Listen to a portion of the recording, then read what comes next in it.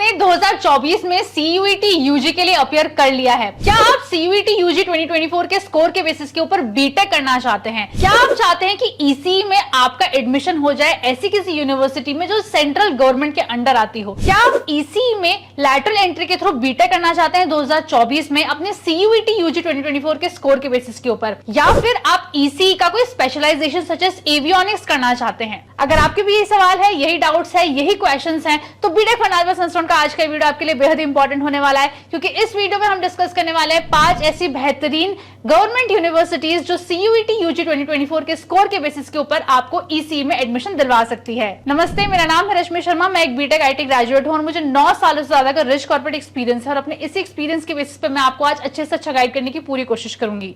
मगर उससे पहले अगर आप चैनल के ऊपर या वीडियो के ऊपर नए हैं तो प्लीज सब्सक्राइब कर लीजिए बीटेक फर्नांडिस संस्थान को। वीडियो को थोड़ा सा भी इंपॉर्टेंट लगता है तो उसे प्लीज लाइक कीजिएगा, अपने दोस्तों के साथ शेयर भी कीजिएगा। चलिए बिना किसी देरी के शुरुआत करते हैं इस बेहद ही इंटरेस्टिंग वीडियो की।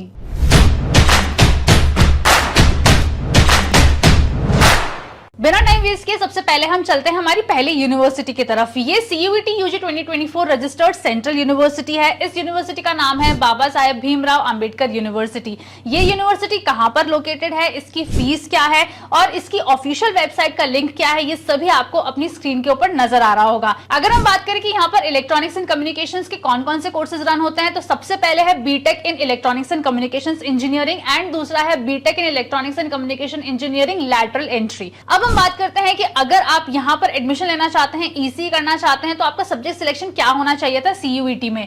तो अगर हम लैंग्वेज की बात करें या सेक्शन 1A की बात करें तो यहां पर आप कोई भी लैंग्वेज सिलेक्ट कर सकते हैं। अगर हम यहां पर सेक्शन 2 की बात करें एंड सेक्शन 3 की बात करें तो फिजिक्स, केमिस्ट्री, मैथ्स जो है ये सब्जेक्ट्स अगर आपने सिलेक्ट किए हुए हैं तो आप एलिजिबल हैं। अगर हम 12th के एलिजिबिलिटी क्राइटेरिया की बात करें तो फिजिक्स, केमिस्ट्री, मैथ्स में अगर आपके मिनिमम 50% आए हुए थे इन योर 12th तो आप इसके लिए एलिजिबल हैं। दूसरे नंबर की CUET UG 2024 registered central university है सेंट्रल यूनिवर्सिटी ऑफ जम्मू।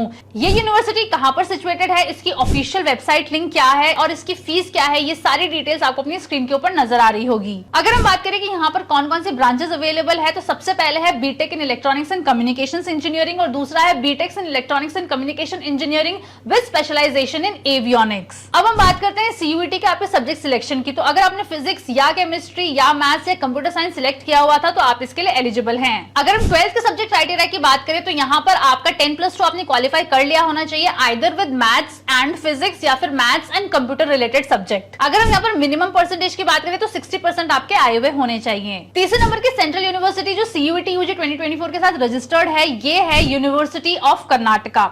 ये कहां पर लोकेटेड है, इसकी ऑफिशियल वेबसाइट लिंक क्या है, साथ के साथ आपको इसकी फीस डिटेल भी नजर आ रही होगी। अगर हम बात करें यहाँ पर आप बीटेक कौन सी ब्रांच में कर सकते हैं इलेक्ट्रॉनिक्स एंड कम्युनिकेशन में, तो यहाँ पर सिर्फ एक ही ब्रांच अवेलेबल है which is BTech in electronics and communications engineering. अगर हम यहाँ पर सब्जेक्ट सिलेक्शन की बात करें CUET के तो फिजिक्स, केमिस्ट्री, मैथ्स ये 3 सब्जेक्ट जो है आपने सिलेक्ट किए हुए होने चाहिए। अगर हम 12th के क्राइटेरिया की बात करें तो फिजिक्स, केमिस्ट्री, मैथ्स जो है ये आपने मैंडेटरीली सिलेक्ट किए हुए होने चाहिए 12th में। और अगर मैं यहाँ पर मिनिमम क्वालिफाई मार्क्स की बात करूं तो 50% मार्क्स होने चाहिए। यहाँ पर जो 50% सीट है वो JEE स्कोर के बेसिस के ऊपर फिल होती है। इसके बाद जो रिमेनिंग 50% सीट होती है ये CUET यूजी 2024 के स्कोर के बेसिस के ऊपर फिल होती है। चौथे नंबर की यूनिवर्सिटी जो सेंट्रल यूनिवर्सिटी भी है और CUET यूजी 2024 के साथ रजिस्टर्ड भी है, ये है हेमवती नंदन बहुगुणा गढ़वाल यूनिवर्सिटी। ये कहां पर सिचुएटेड है, इसका ऑफिशियल वेबसाइट लिंक क्या है और फीस स्ट्रक्चर क्या है, इसकी सारी इंफॉर्मेशन आपको अपनी स्क्रीन के ऊपर नजर आ रही होगी। अगर हम बात करें कि यहाँ पर कौन कौन से कोर्सेज रन होते हैं इलेक्ट्रॉनिक्स एंड कम्युनिकेशंस में, तो 2 हैं। सबसे पहले है आपको ऑप्शन मिल जाता है बीटेक करने का इलेक्ट्रॉनिक्स एंड कम्युनिकेशंस इंजीनियरिंग में एंड सेकंड ऑप्शन है आपके पास बीटेक करने का लैटरल एंट्री के through in electronics and communications engineering. अगर हम CUET के सब्जेक्ट सिलेक्शन की बात करें तो फिजिक्स और मैथ्स आपने मैंडेटरी सिलेक्ट किया होना चाहिए। इसके बाद आपका कंप्यूटर रिलेटेड सब्जेक्ट हो सकता है, कंप्यूटर साइंस हो सकता है, बायोलॉजी हो सकता है, बायोटेक्नोलॉजी हो सकता है, केमिस्ट्री हो सकता है, इंफॉर्मेशन प्रैक्टिसेस हो सकता है या फिर कंप्यूटर साइंस एंड इलेक्ट्रॉनिक्स भी हो सकता है। अगर हम बात करें लैटरल एंट्री की तो यहाँ पर अगेन फिजिक्स एंड केमिस्ट्री आपका मैंडेटरी सिलेक्ट हुआ होना चाहिए। इसके बाद इंजीनियरिंग, ग्राफिक्स, इंफॉर्मेशन प्रैक्टिसेस या कंप्यूटर साइंस अगर आपने सिलेक्ट किया था after you completed your diploma तो भी आप इसके लिए एलिजिबल हैं। 12th के एलिजिबिलिटी क्राइटेरिया क्या होने वाले हैं और आपके डिप्लोमा के एलिजिबिलिटी क्राइटेरिया या BSc के क्राइटेरिया क्या होने वाला है, ये दोनों ही बहुत अलग अलग है। तो इसके लिए आप प्लीज CUET यूजी 2024 की ऑफिशियल वेबसाइट को रेफर कर सकते हैं।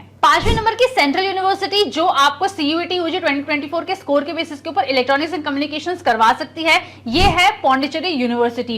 ये यूनिवर्सिटी कहां सिचुएटेड है, इसका ऑफिशियल लिंक क्या है और इसकी फीस क्या है, ये सारी इंफॉर्मेशन आपको अपनी स्क्रीन के ऊपर नजर आ रही होगी। अब हम बात करते हैं कि कौन सी ब्रांच यहाँ पर एप्लीकेबल है अगर आप इलेक्ट्रॉनिक्स एंड कम्युनिकेशंस इंजीनियरिंग करना चाहते हैं। तो यहाँ पर सिर्फ एक ही ब्रांच है जो ऑप्शन है आपको BTech electronics and communication engineering करने का। अगर हम यहाँ पर सब्जेक्ट सिलेक्शन की बात करें तो फिजिक्स, केमिस्ट्री, मैथ्स अगर आपने सीयूईटी के फॉर्म में फिल किया हुआ था, ऑप्ट किया हुआ था, तो आप इसके लिए एलिजिबल हैं। अगर हम यहाँ पे 12th के एलिजिबिलिटी क्राइटेरिया की बात करें तो आपके physics, chemistry, maths mandatory subject होने चाहिए और यहाँ पर मिनिमम अगर आपके 45% मार्क्स आए हुए हैं तो आप इसके लिए एलिजिबल हैं। सो आई होप बच्चों आपको आज का ये वीडियो बहुत ही अच्छा लगा होगा। अगर आप सीयूईटी यूजी 2024 के बेसिस के ऊपर कोई भी सेंट्रल यूनिवर्सिटी टारगेट कर रहे थे जो आपको इलेक्ट्रॉनिक्स एंड कम्युनिकेशंस इंजीनियरिंग करवा सके या इसमें लैटरल एंट्री पॉसिबल हो या फिर कोई स्पेशलाइजेशन करवाती हो, तो ये वीडियो आपके लिए बेहद ही बेनिफिशियल होगा। अगर वीडियो अच्छा लगा है तो उसे प्लीज लाइक कीजिए, अपने दोस्तों के साथ शेयर कीजिए। कोई डाउट अभी भी रह गया है तो प्लीज मुझे कमेंट करके बता दीजिए, मैं उसका जरूर रिप्लाई करूंगी। जाने से पहले अगर आपने अब तक सब्सक्राइब नहीं किया तो प्लीज सब्सक्राइब कर लीजिए बीटेक फर्नाज बाय सनस्टोन को। Thank you.